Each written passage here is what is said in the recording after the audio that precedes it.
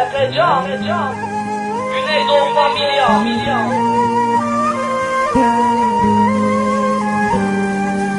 Aldamadım dünyanın ben sahteliklerine. Hayat sinnesini vurdu, çektim açlığına terbe. Gözlerim kan sallı oldu, ağlamadım ben yine. Hep sen olacaksın yarim benim bu sözlerimde. Burada sözlerim iste, yalan oldu sevdiğim. Oysa ben de bak yarimin sevgini de görmedim. Anlattım ben derdimi, hor gözün senden şimdi. Evet yalansın işte, yalansın sen sevdiğim. Özleyen bu kalbime verdin işte derçile. Görmez oldu gözlerim ve tutmaz oldu ellerimi. Ben de seni özledim, neredesin sen sevdiğim. Anlattığım sözlerimde hep sen varsın güzelim. İşkenceli günlerim ve sensizlik de zor geldi. Sevemem ben kimseyi, aynen her senin gibi. Sevmedin ki hiç beni, hissetmedin sevgimi. Şimdi tüm benliğimle sana ben de seslenirim. Donup kalan bedenimde ben de işte sensizim. Her şeye rağmen seni çok sevmiştim sevgili. Onca güzel günleri ve maziyi kısmetti. Benim için işte yarın bu aşk burada bitti.